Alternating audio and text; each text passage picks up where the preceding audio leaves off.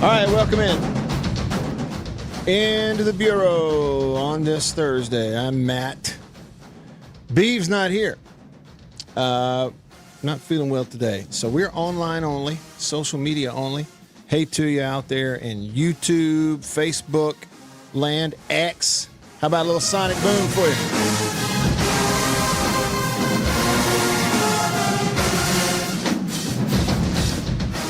Yeah. All right. So here's the deal. The country pleasing text line is up and running, per usual. So feel free to text me. I know it's like, there's a lot of people that actually do catch the show on their phone, whether it's on X or Facebook or whatever, but choose, instead of commenting on those platforms, just go ahead and text. You can do that, if you want to. You don't have to. But if you're on YouTube, Facebook, X, type in a comment, a question, post. It pops up nice and neat on this screen right here, where I can see it like a normal show. Everything's the same for us today. And then when I click it, it pops up on the screen like this. And see, now everybody can see it. Sven, happy Thursday to you. Well, it's Thursday night over in Berlin, isn't it? Mm-hmm. Hey, Sven, around here in Mississippi, especially in North Mississippi, we're going to get some Berlin type of weather coming up this weekend. Ice.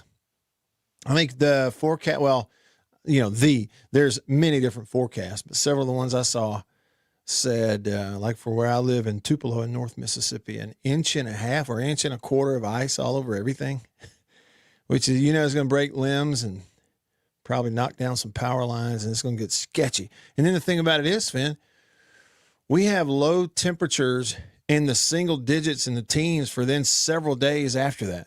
Okay, so that's what we're looking at. So when people look at you sometimes, in different conversations, they go, oh, I feel you. Hey, I'm literally going to be feeling what you feel this time of year, Sven. Temperatures in the teens and ice everywhere. He said, Hail State, everyone. Then he said, Caleb Unger just committed to MSU for 2027. He's an offensive lineman from Madison Ridgeland Academy, who projects to be a center on the next level. He's 6'2", 315. That's a big old boy. That's about my size. 6'2", 315. That's the way I feel. When I had to put my socks on this morning, I felt like I was 315. I'm sure he's an agile 315. Let me give you a heads up on a couple of things, okay, because today's different. We're not on actual good old-fashioned live radio, 105.9 The Zone, like normal. Beeve not feeling well today. Y'all wish him well. We got to get him back. So we're online streaming only. And so, for that reason, we got some stuff coming up that we actually, on this show and on this stream, as it pertains to this, we have not done this in a long time. And it's an opportunity to do it. We probably ought to do this more often.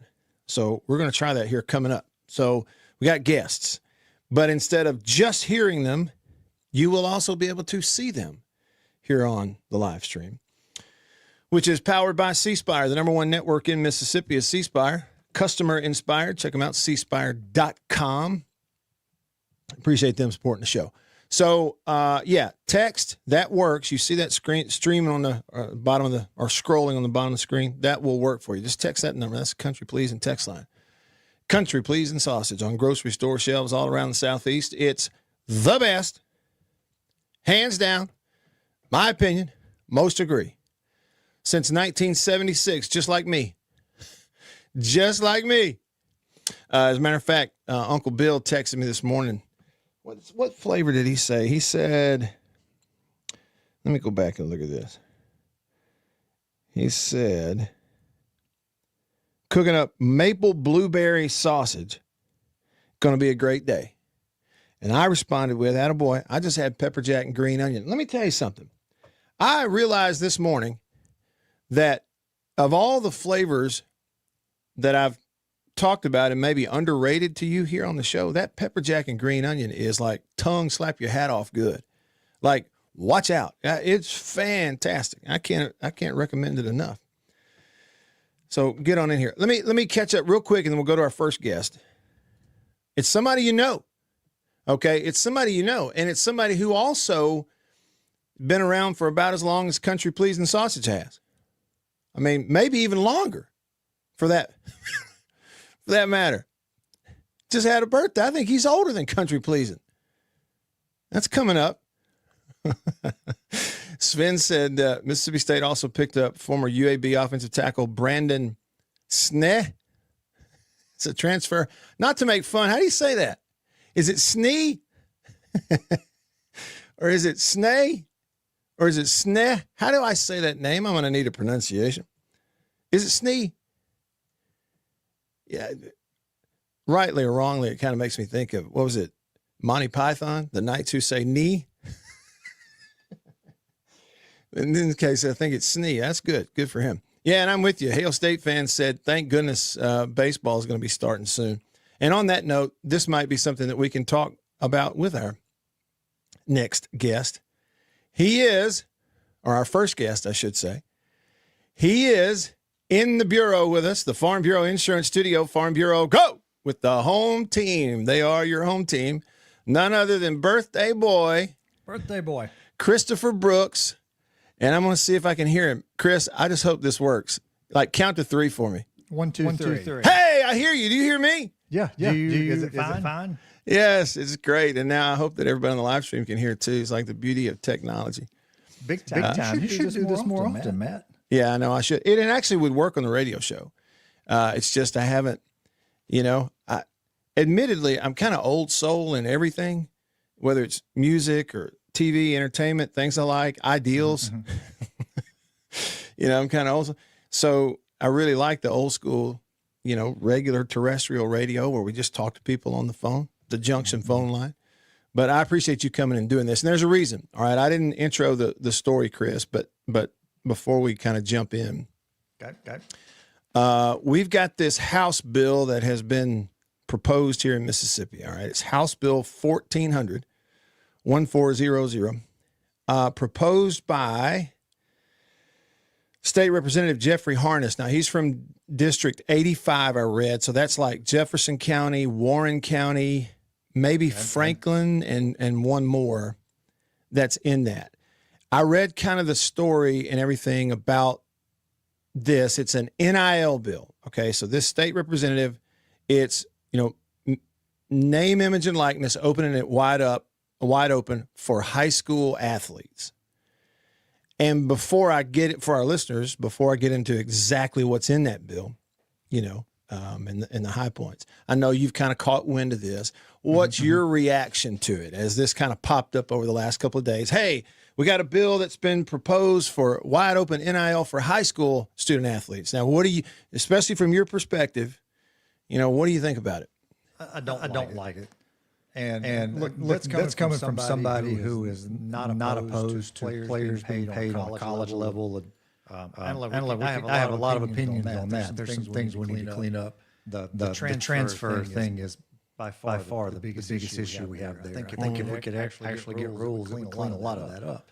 But bringing money down to a high school level, I read through it this morning.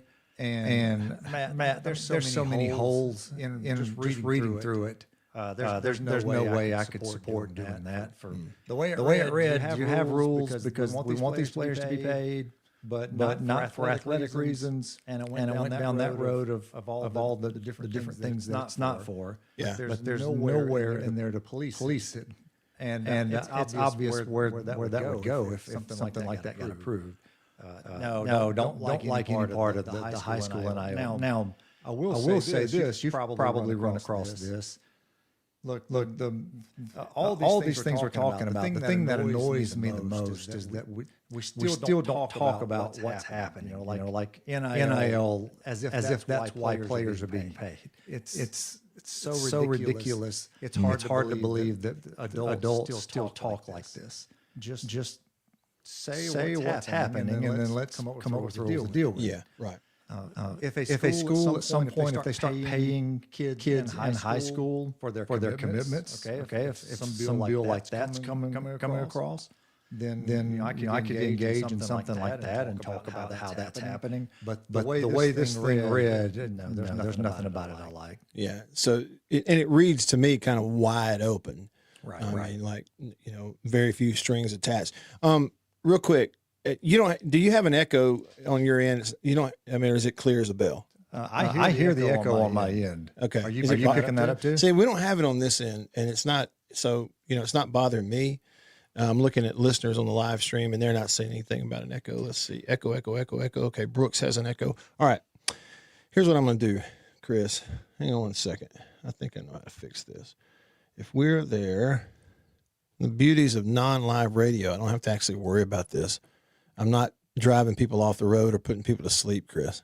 Did that fix it? It's not on your end. I believe it'll be on my end. So just hang on one second real quick. Okay. Let's see. There. All right, Chris, I'm going to get you to count to 5, and then I'm going to see if the folks on the live stream hear the echo for you now. Okay, you ready? Count to 5 for me. 5's the big one. 1, 2, 3, 4, 5. I mean, I still hear it in my ear. Do you?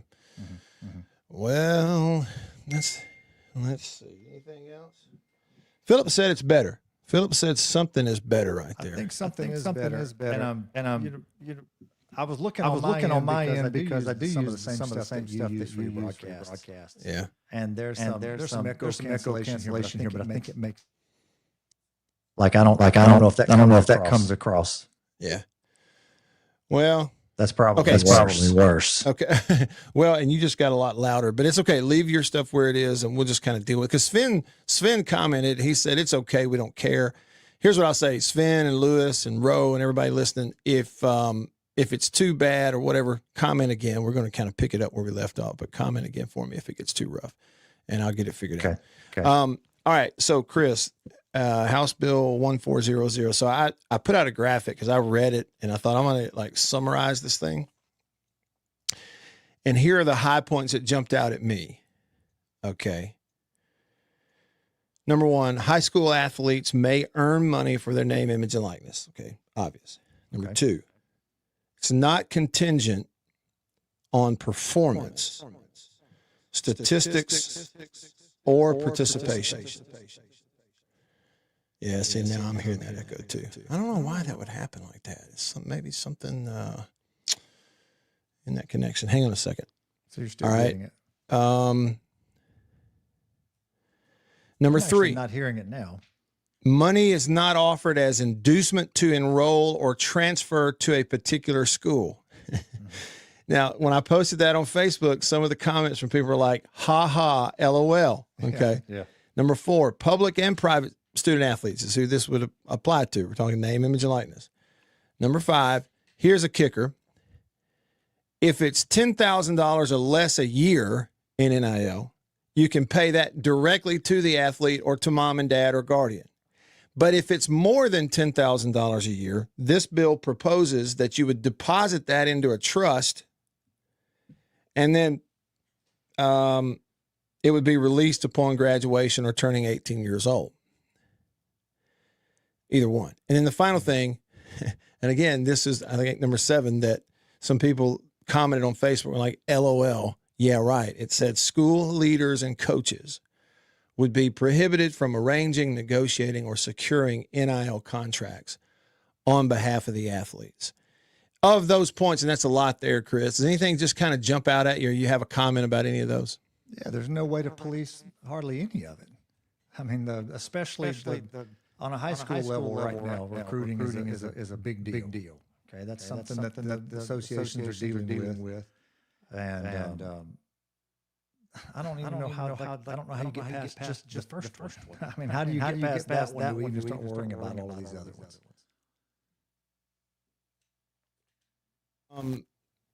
Here's the other thing too, Chris. When I was reading about this, now I'd love to hear your take on it. I was reading a story at Magnolia Tribune. I didn't realize this was a thing. I don't know how this got past me. Didn't realize it.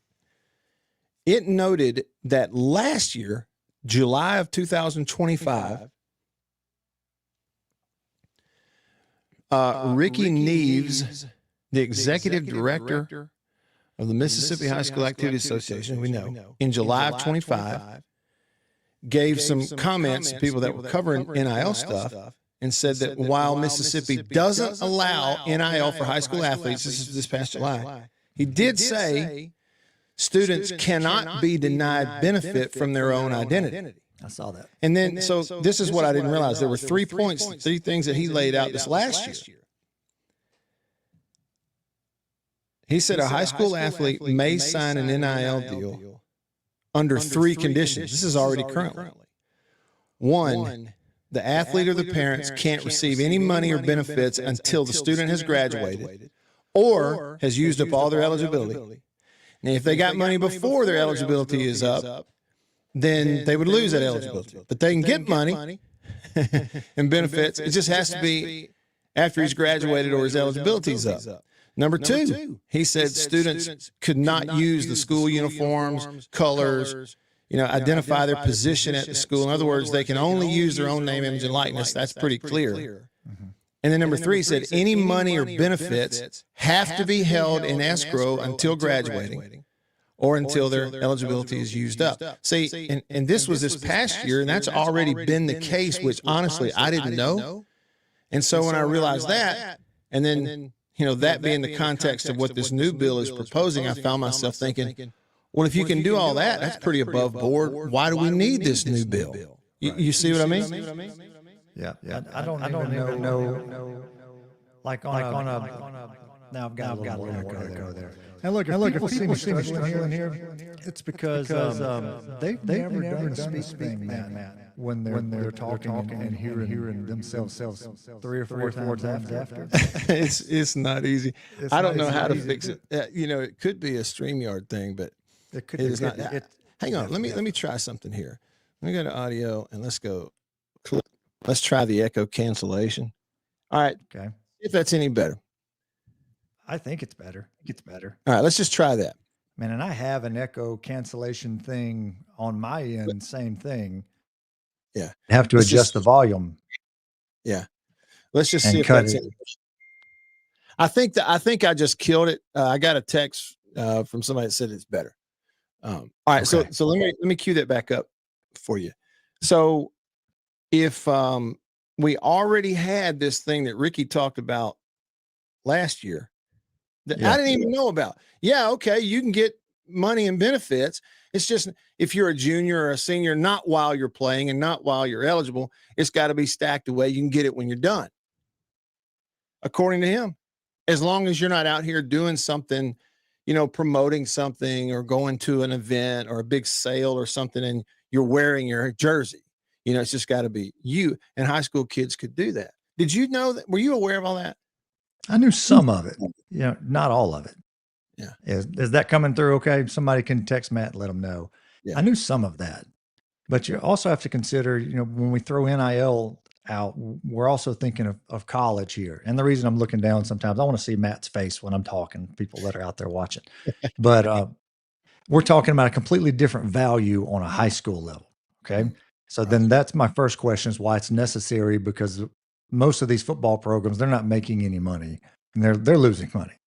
But that doesn't mean a kid doesn't have some value in the community if he's the quarterback or whoever that's somebody locally wants to use as a sponsor. And I get that. There's some possibilities there. But I don't think what you just read, okay, that they're already doing, this bill doesn't talk. I don't think it's meant for any of those things. I think it's intended to go a direction it does not need to go.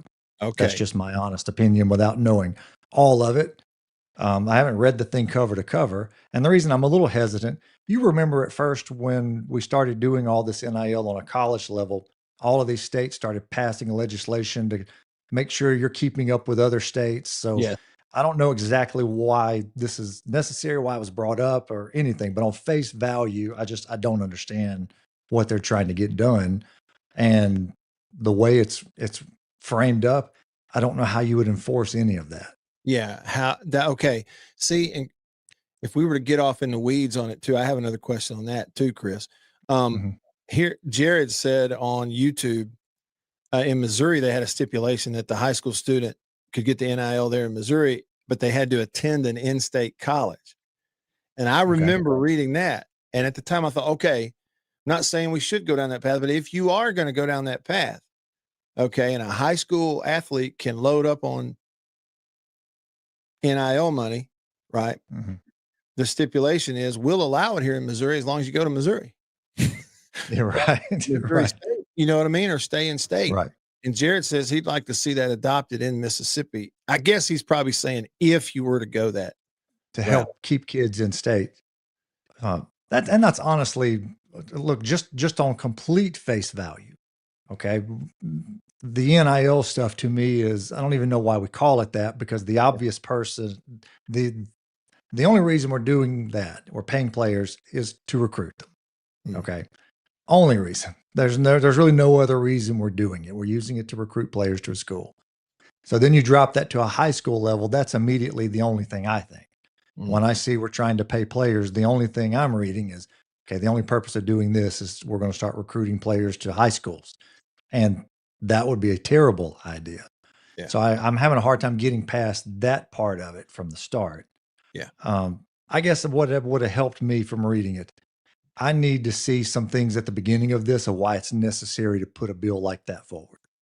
Yeah. And exactly, okay, what's happened to make us think that this is necessary? Let's start there before we start trying to do something like that. Chris, I had the same thought. Okay. Because I even mentioned that to someone in conversation. I said, I would want to ask, the representative, again, Warren County, Franklin, Jefferson, and one more. I just can't remember what the fourth county is that he represents. Representative Harness, Democrat, District 85. I'd want to ask him, what is your hope that this accomplishes? Right. Like, what are you thinking that this does to benefit other than, aside from, hey, there's going to be this great athlete who gets paid money, like real significant money. Other than that, what do we hope that this, accomplishes? I would want to ask that question. And here's what when I like that link I sent you earlier, it's the Magnolia Tribune article about this. There's this United States map. Okay.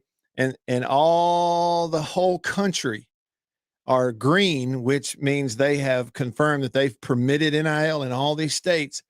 And then there's these 2 states that are still in the red that have not allowed it yet.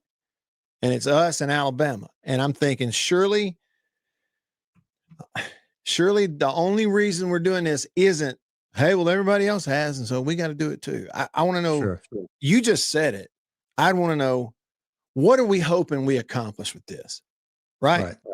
Well, I wonder what the answer to that would be. Well, surely for him, like you would assume, okay, something's happened in his district and a person's brought something to him for him to think that's not right. Okay, we need to fix that. And this is how we're going to fix it. I just don't know of any of those issues. Yeah. I don't know of the things that would have come up to where something that reads like that is necessary. And look, and just like I said, full disclosure, this is somebody that's coming from a place. I cover mostly high school sports. I enjoy that part of this. And the primary issue there is already recruiting. And it's not just a public-private thing. It's just a school thing. If you're a coach or a community, you want to win games, that's an issue already. And I wouldn't want to throw anything into it to where you're just elevating that and making it worse than it already is when you're trying to make decisions now to fix that, not go the other way with it. Maybe there's some needs of people, some examples that are out there of why this is necessary, but I'd have to see that first. Yeah. Why it's proposed. And then second, I'd have to say, like, how in the world are you possibly going to enforce the things that I'm reading in here? Because you just eliminated the association part of it.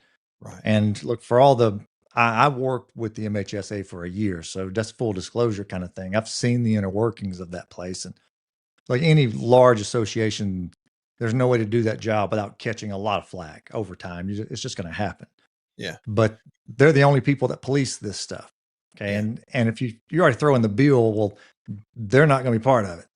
Okay. Then what are we doing? That's a nonsense. If they're not a part of it, who's going to police it then? There's nobody there.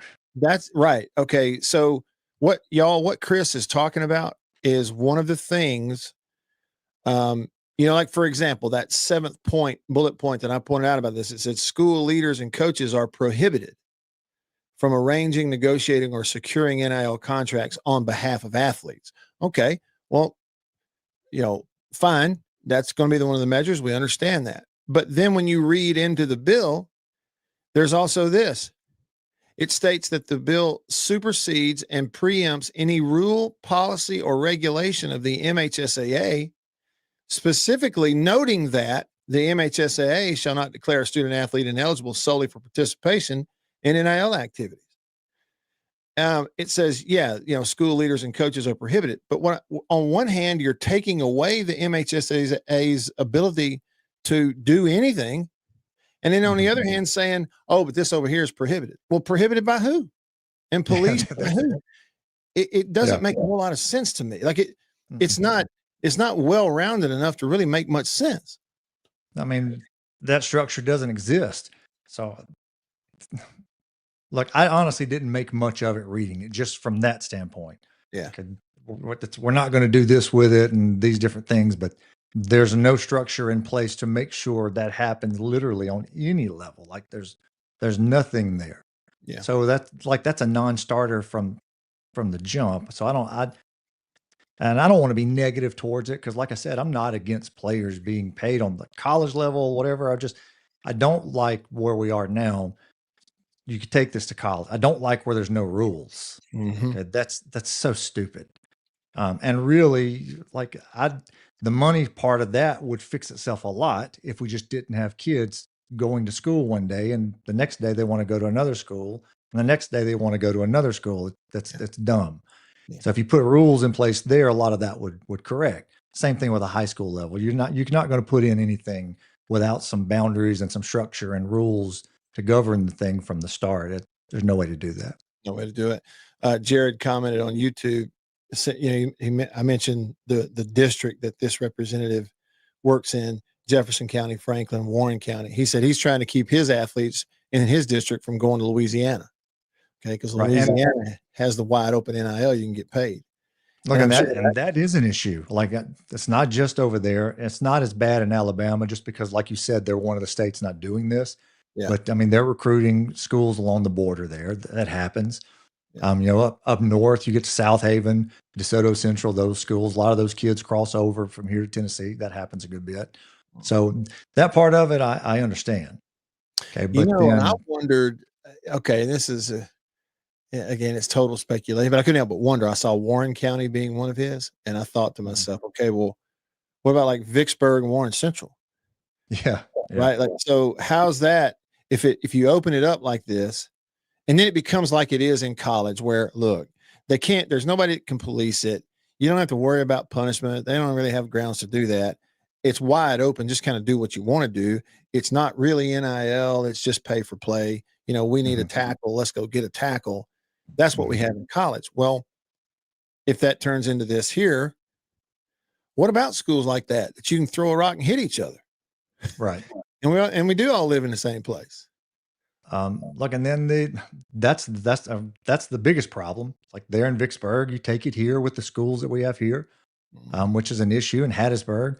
Then you have all of these lower income districts. Look, you're going to see mass exodus from those places if kids see more opportunity at these other places that are better funded. You don't want to see that. So there's just a lot in that particular bill, how he brought it up. I'd be against it on most any level. Yeah. Gotcha. Unless you have from a starting point to prove it's necessary, and then second to prove how you're going to do it without just creating a bigger mess than you already have. Yeah. Hey, Chris, I can't thank you enough for popping in here with me a little bit. I will admit to you that I have another guest coming up, and both of you guys popped into the green room over here at about the same time. He popped in before you did, and I couldn't see him. I just saw the name. Okay. And the name that he entered for himself was Godfather. And I thought, wait a minute, why is Chris Brooks? I thought it was you. And I was like, why is Brooks adding in Godfather? And it wasn't you. It was Prince, Philip Prince, the Prince of Neshoba County, who's entering the chat now as you. Hold on, I'm live. You're live. Y'all go way back, don't you? Yeah, Philip stole a state championship ring from me. Hey, you want me to tell you a funny story about Philip for real? I really Philip's want to hear. awesome, by the way, and he is a really good friend. He knows. Appreciate you, brother. Love you too, man. But I can remember in high school, he's a year older than me. This scrawny dude. He didn't look like much. And then, back then you didn't really, it's not like today where you can know what's going on everywhere. We're all connected. Back then, you weren't. Coaches are talking about him. We're playing his team in the state championship. And like, this guy, he'll shoot it from anywhere. And like Philip at the time, he won't talk about himself. He had some record, like a national record, like most threes in the country. It's something crazy. Okay. Mm-hmm. Coaches always say that, look, this guy, he'll shoot from anywhere. So be ready. Look, I'm like 3 or 4 steps outside the 3-point line. I'm out there. And this dude's first or second shot of the game, literally, he does the Steph Curry thing, chunks it from about the timeline and just bottom. And coach is just yelling, I told you he could shoot it. Like literally the best in-person shooter I've ever seen in my life. Whoa. Wow. That's NIL deal. Brooks is looking for an NIL deal. You would have been worth it back in the day, buddy. What I'm saying, if we'd had NIL back in the day, like Prince, he'd have about 3 or 4 car dealerships, and a bank, he'd have a bank. I tell you what he can do, Matt, better than play. He can raise kids that can play. Oh boy.